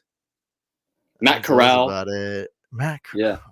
Oh, Remember Sam Matt Howell Corral? was in there. Sam Howell came out of nowhere. Hey, Kind of. Sam Howell. He's doing a little He okay. didn't All right. completely shock us. Like we were trying to draft him in that dynasty Yeah. league. Mike and I drafted him in duos, redraft league, I remember a that. super Yep. flex league. Yeah. So, but yeah, overall that QB draft class was God, I forgot Yeah. about Matt Corral. He's already the third. Like I think he's cut. I think they cut him actually Yeah. Is he just out of the a long league? time It's ago. crazy. Yeah. Wow, he's just gone. And Kenny Yeah. Pickett, just the most depressing QB to start.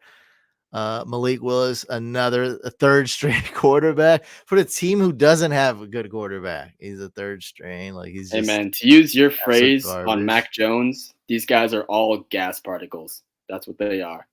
Yeah, they are. They are. At least with a guy like that, at least you can drop him. Most of those guys Yeah, we yeah. named. Mhm. Kenny They just Pickett, you can't drop, which is probably worse than that's just bad because yeah. you can't trade him, you can't drop him. You're starting him every now and then. You're just losing games. Like it's horrible. Like I don't even know what to do with Kenny because you don't like what trade him for a fourth round pick. You can't. That's too. Oh, come You on. can't do that. At that point, just hold, right? That's the problem. That's the Yeah, that's situation what you're I was in. At that saying. point, just Yeah, hold. Yeah, there you go. yeah. Holding doesn't help anything. Yeah, tough, tough. I mean, hey, that's why you don't go after the quarterbacks in a bad class because even if they do hit, it's such a dicey thing, you know. So I'd rather take my bet in a strong QB class. That's my philosophy. That's how I go about it. And I think this is a bad. This is a bad. Is this an evil question, Louise? Says, That's a can you give a terrible. quick ranking of 2024 class in one QB leagues? Well, the super flex of QB is going to be the same ranking, so there's no Same need thing, to say right? it's just QB rankings or QB rankings. Yeah. Let me tell you why this is not a good exercise to do right now. Because the most important games to evaluate have not occurred yet. We started off the Period. podcast talking about this. That's why. Just wanted to reiterate. Yep. So I'm not going to do that right now. I will be doing that very soon, but not today. Not today. And for the people that were saying like, "Hey, this TikTok video, this YouTube short you uploaded, this is silly. Like, we're not gonna know 2026," and that's kind of what's gonna happen. A lot's gonna change right now. Yeah. A lot's gonna change. I mean, it's look at Aaron Rodgers getting drafted. Look at Will Levis getting drafted. Like, oh, remember when the betting odds for 4 days said that Will Levis was going number one overall? Oh my You know, God, I people do remember forget that. stuff like Yeah. that. For Hmm. 4 days, you got the worst betting odds because he was a lock. For 4 days, he was basically a lock to go first overall. He didn't even go the first day. That's wow. Crazy. I mean, that's night and day. Like he That's didn't how even much go the it first changes. Yeah. day.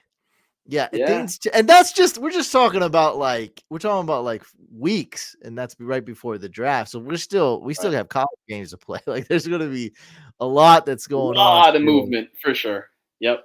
I'm with Yeah, you. we Good just answer. know a Well good said. QB class. That's really all we know. We know the players we talked about: Drake May, Caleb Williams. So a lot's going to Marvin shake up. But Bowers. like, what do you think though? Okay, we got those two. What do you think will be after those two? How many good QBs you think there's going to be? Maybe one. Maybe one. One day out of Yeah. we got like 4 or 5 good ones and Yeah. Heisman race going on and some Well, really good QBs, so Penix it and it depends on this, right? How do you feel about a quarterback who gets drafted in round 2 of the NFL draft? How do you feel about it?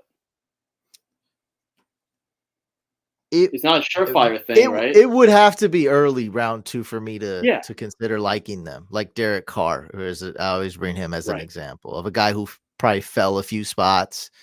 Sure. But then again, Geno Smith did, and well, he sucked, and now he's good again, which is crazy. But Geno Smith's another one. Geno Smith, Derek Carr, Will Levis, is to be determined. So So I it would have to think be that early round 2. got it. So I think what's going to happen is we're going to have, Caleb and May, which is great. I think we're going to have one more guy who's going to be top 5, top 10, maybe like Mac Jones range, 15 or whatever it is, fine. Justin Fields, And right? Justin Justin Fields Fields went range, 10. yep, 11, Yeah. 11 overall. Yep. Okay, went 11. Yeah, he didn't go top 10. He was very upset he didn't go top 10. I think you're going to see a lot of guys picked in that early to mid round 2 range NFL draft. And it's going to kind of have to give you like a pick and choose type thing. Like, hey, some guys out there are going to like Jaden Daniels a lot.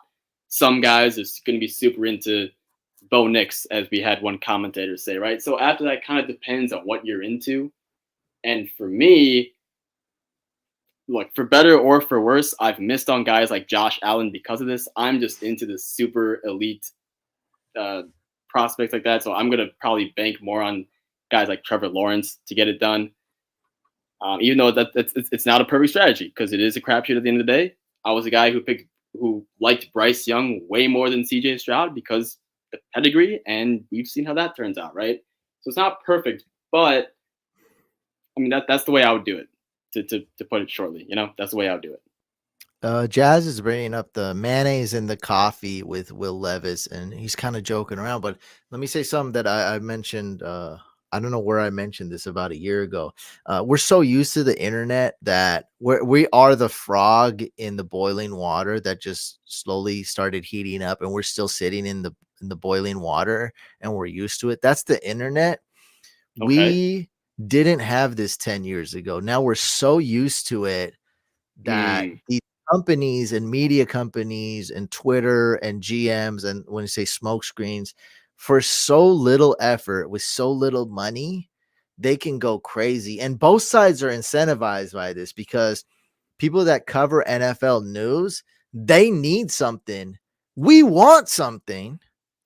And also these front offices want and need something too. So it's a thing of where all three of us are like drug addicts needing a fix. Like all three of us, they're like, oh, I need this smoke screen.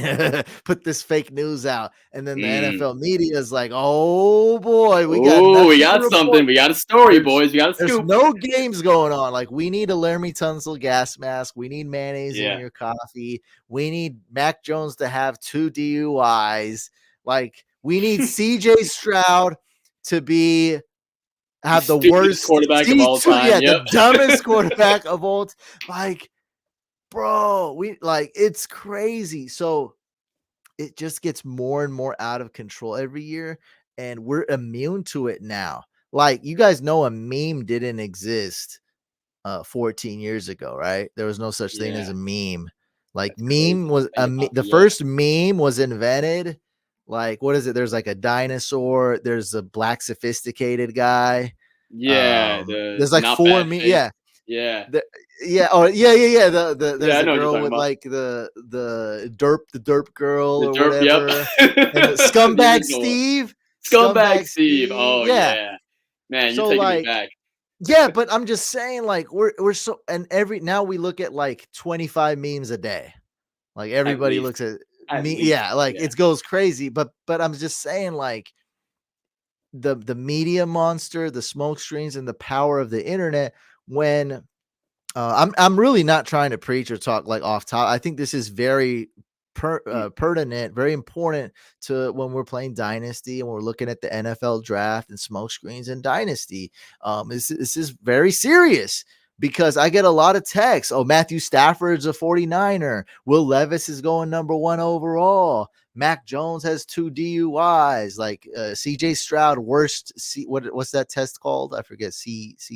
Whatever. I don't know. C2 worst C2 test score of all time. Like he's an idiot. Justin Fields has no work ethic. Like all this story. And by the way, all the stuff I'm listing is just kind of like dumb smoke screens. Yeah, those are all for false the most rumors. part. Yeah, like it's just crazy stuff. So there's a movie called I love movies, by the way, and we're discussing like the first Fast and Furious. I think Vin Diesel was not a well-known actor before that, but there's this movie Vin Diesel is in that I love. It's so good. And it's called Boiler Room. And it's essentially this small stock trading company that manipulates people over the phone. They get fools, suckers to buy stocks over the phone. So they're all Say it's a little bit like what's the Leonardo DiCaprio Wolf of Wall Street, a little bit Wolf of like Wall Street. that, Yeah. but Okay. just more relatable because like you can't really relate to anybody. You can't really Yeah. relate to Leo like in the movie. Right. You can relate to these guys in this movie because they're poor salesmen who are just trying to get by and just pushing the sales being a salesperson to the envelope. They're just pushing the envelope to get more money and more sales. So they're manipulating people to buy stocks, and all these stocks are crap. But they get a lot of sales, so they Mm. make a lot of money. And basically, a lot of people won't realize this, but the point of that movie is manipulating over the phone. Because when the phone was invented, a lot of people use the phone. Yes, that's the movie with Giovanni Ribisi. Yeah. Did you like it? Because it's really good. Hopefully you understood the point of that. When the phone was invented, obviously a long time ago, but like people just used it like, hey, I'm coming over. Like it was like a cool thing. But eventually the telemarketing and stuff, like it became a manipulation tool to where people would call you on the phone, pretend to be your buddy, and sell you something or trick you or manipulate. And they're still doing it, still manipulating you. You can get text and you can click a link and it says your location and they can kidnap you. Or they say you got a Wow. FedEx package or Amazon package, and if you click the link, it shows your IP or whatever, it shows your location. And Hmm. then you can be participating in a human trafficking ring on the bad end, the kidnapping end. So they're still doing it, like it's still happening. But anyway, the telephone was used as a manipulation tool, just like the internet and Twitter is being used as a manipulation tool for the NFL draft. So like you got to question everything is like conspiracy land. Like soon as we enter this NFL draft extravaganza after the Super Bowl, you have to question all reality, all news. You have if your buddy texts you, you got to question that. Like it's crazy. Yeah. So that's what I just want to make the point. And people don't know this. The point I make it, people don't know because we are the frog in that boiling water. And we're just so used to this. We're so immune to this. I bring up something crazy like Mac Jones 2 DUIs, and people don't even remember that because we hear news, we spread it, and then a month and a half later, we totally forget it. We Yep. From the totally news. do. Like, because there's so many, we just want to see the next meme or the next tweet or like whatever. Like, oh, Mac Jones, what a boring topic. Like, that was a big topic when they're during the draft day. These were big topics. These were important. Justin Fields, he could have been going. He could have been going a lot earlier. I thought he was going to for sure go to the Niners. Yeah. Like, you never know. We see a jersey swap, not just the cool jersey swap on Instagram, but one that because you think he's actually going to that team. Like there was Matthew Stafford in a Niners jersey, and everyone actually thought he was going to be a Niner, and we just forget about it. So just pay attention. Don't trust anything. A lot of stuff will change. A lot of stuff are smoke screens or BS. This is I'll just put it like this. One way to put it: a smoke screen to buy that smoke screen used to be a lot more expensive. Used to get horses to push it and it would be tough. Nowadays, you send an email, Venmo somebody, you have the even better smoke screen out, and everyone's doing it. And it's crazy. You And don't know it's what to crazy. trust. Is it a smoke screen? Is it a mirage or is there water there? You never know. Yeah. I Can be work at a scary, bank. scary time. Louis says, I work at a bank and there are so many scams. They convince people to send them thousands of dollars. Yeah, that's what's crazy is like, I'm talking about the old one. I'm talking about the old, Yeah. Yeah. this scam is, and still people falling for it. People still getting manipulated over the phone and stuff. So I'm talking about the new one. Like they're not getting me on the cell phone. Yeah. People don't even know the phone scams. You can spoof your caller ID. People don't know that. So Yeah. like, let's say you owned a small business, Sushane, like or like whatever. You're a coach, right? I can pretend to call you Sure. from the coach's facility and say something scary. Hey, like, this guy's sick or the water's broke here, and call you from the coach's facility. You'll fall for it, but you didn't even know. I can just spoof the caller ID. I'm calling from California. I'm not even anywhere near you. Jeez, that's You can spoof caller crazy, bro. IDs. Yeah, you can call somebody you know. Like, so you have a similar area code. Like, you can clone telephone numbers. So when you get a text verification, I get that text verification because I cloned your phone. That's why you're supposed to use two-factor authentication, not Oh my text. god, that's See, you don't nuts, even bro. know this. I'm dropping That's out. See, nuts. yeah, I know everyone always looks at me crazy, but like I'm trying to tell people, like this is old school. This is, to me, this is like 101. This is dumb. When you talk about the internet and Twitter and stuff, that's way more advanced. There's way more scams. There's Alright, the I people that gotta aren't start even using aware that of that. two-factor, whatever you were saying. Start Oh using yeah, two-factor? Yeah? Okay. Alright. yes. So use I'm two gonna be doing that. factor. The app that's the best is the Google authentication app. I mean, Yeah. most people have Gmail, duh. So if you get 2FA on Gmail, so you use the Gmail app or Google Authenticator. Yeah. So someone's so like, and one way that people find your phone number is often LinkedIn. I just something I read. I read an article about it. So I don't know why, but a lot of people have their phone number on LinkedIn. So if you connect with somebody, it's got your cell phone there. All you need is the number. You Yeah. clone it, and then you get the text. You get verification That's so text.